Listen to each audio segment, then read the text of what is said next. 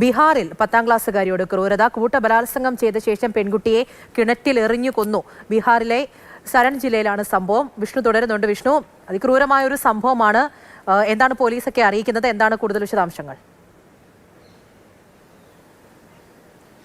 പൂജ, ബുധനാഴ്ച രാത്രിയോടെയാണ്, വൈകിട്ടോടെയാണ് ഈ പെൺകുട്ടി കുടുംബ വീട്ടിലേക്ക് പോകുകയായിരുന്നു. ഇങ്ങനെ പോവുകയായിരുന്ന പെൺകുട്ടിയെ 5 യുവാക്കൾ ചേർന്നാണ് ബലം പ്രയോഗിച്ച് തൊട്ട് സമീപത്തുള്ള ഒരു ബാത്റൂമിലേക്ക് വലിച്ചിഴച്ചത്. തുടർന്ന് പെൺകുട്ടിയെ ക്രൂരമായി ഈ 5 പേരും ചേർന്ന് റേപ്പ് ചെയ്തു.